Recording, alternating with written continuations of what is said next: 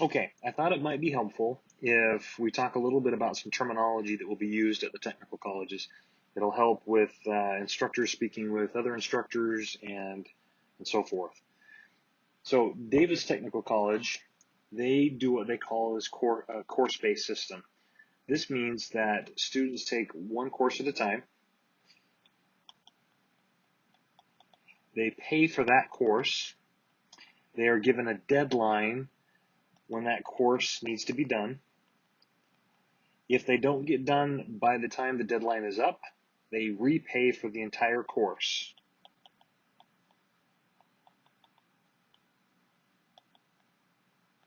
Now, the tricky thing is the students will actually continue where they were at in the course. They don't start over.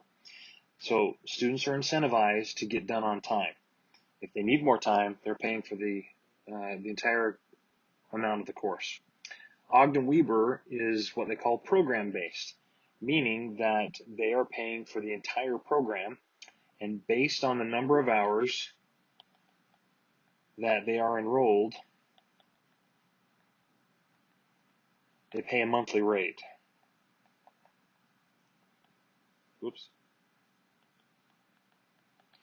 Okay. Students can work in any course that they are in as long as they want. They can go as fast or take as long as they want. And sometimes what will happen is a student will take double time. They'll pay for it twice without even thinking about it because there's no deadline. Open entry, open exit. That is MIME. Okay. At Davis Tech, classes start each Monday.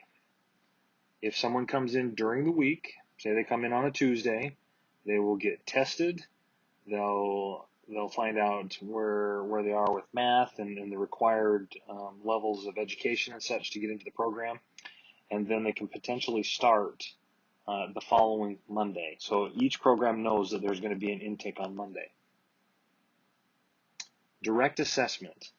Now, this is a commonly used term in Texas, direct assessment, but direct assessment is basically once completed,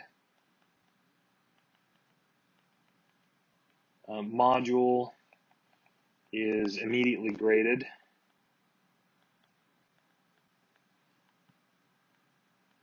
and entered into the system. Now, if a student is at the end of a course and that's done, they're directly assessed. They could actually start the next course the next day. Clock-in stations. Clock-in stations are basically like a time clock. You'll see them in the classrooms and in the labs where students come in and they will punch in, punch out, and that is how their attendance is measured. They do have a specific time they need to be there, so if they're past that amount of time, instructors will talk to them about being tardy. They'll talk to them about leaving early if they leave early. And primarily this is used as a like a workplace training.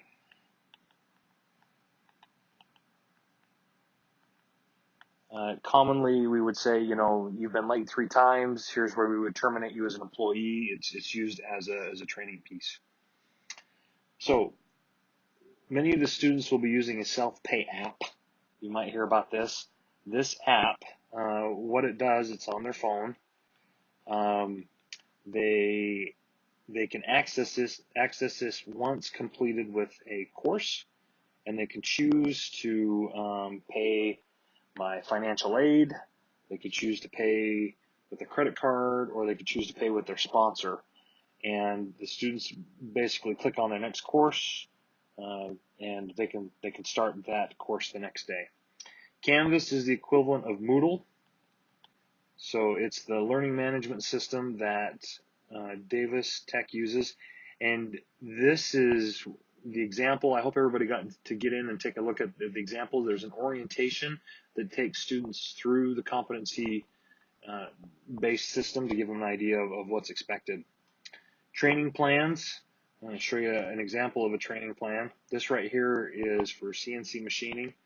A couple of things that you're going to want to know is that right here, core, these are required classes. And so if you added up all of these classes here, this should equal 660 hours. Down here, the electives, there's a lot listed. I just screenshot it, so I didn't get everything. But there's lots of electives they can choose. A lot of times, the students will select courses that will benefit them where they're working. They can choose the Mazak, or they can choose the Okuma, or whatever it may be, what type of equipment that better relates to where they're going to be employed, and they basically select what they want. Some do have prerequisites, so they can't just hop into any of these classes as electives. Something to consider too is basically 30 clock hours equates to 1 credit hour. And so if you're looking at the machining introduction here, this 90 hours, it would basically be the equivalent of 3 credit hours. All right. So we looked at the training plan. Lockstep versus self-paced. A lot of the instructors are going to call it lockstep versus self-paced. Lockstep is more the traditional. It is the cohort. All the students are in lockstep, meaning that they're all progressing at the same pace. And self-paced, obviously, is self-explanatory. North Star is the student management system, and there will be attendance, grades, employment. Let's see what else is in here. Progress. And progress is basically if a student has 90 hours to complete in the class, and they have completed 45 of that, they're at 50% progress. It's a way of monitoring where the students are. And if they are at 50% progress and they're halfway through the class, they know that they're working at about the right pace. We already talked about the course hours. They are clock hours. They are not credit hours.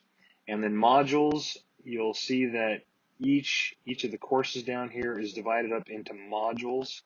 And so for blueprint reading, there are 6 modules. Each of those modules will have a competency or multiple competencies that they need to complete. Okay, so I thought this might be a little bit helpful too, and hopefully it will be. So enrollment status, you can see full-time is 24 to 30 hours per week. These are clock hours. Okay, there's no financial aid for students that are less than half-time. So at a minimum, they have to have 12 hours in order to have federal financial aid. Now, a student will come in, they'll get tested, they'll look at the classroom availability. They're going to say, you know what, I can come Monday, I can come Tuesday in the evenings, Wednesday all day, Thursday just in the morning. Well, this is 1, 2, 3, 4, 5, 6, 7, 8. This is equivalent to 24. Darn it. Equivalent to 24 hours. And so this would be considered full-time. Now, notice that it doesn't matter what time they are coming. The instructors are going to be able to help them at whatever course they are in, wherever they're at.